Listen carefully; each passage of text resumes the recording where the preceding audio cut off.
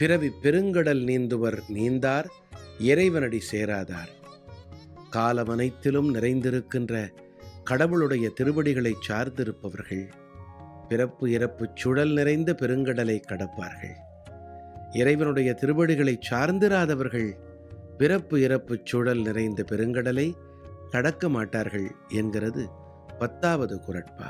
தேஷாமஹம் சமுத்தர்த்தா மிருத்யு சம்சார சாகராத் பவாமி நசிராத் பார்த்த மையாவேஷித சேதசாம். என்பால் சித்தத்தை வைத்தோரே, விரைவில் பிறவி பெருங்கடலில் இருந்து மீட்கிறேன் என்கிறது ஸ்ரீமத் பகவத்கீதையின் 12வது அத்தியாயத்தில் வரும் 7வது ஸ்லோகம்.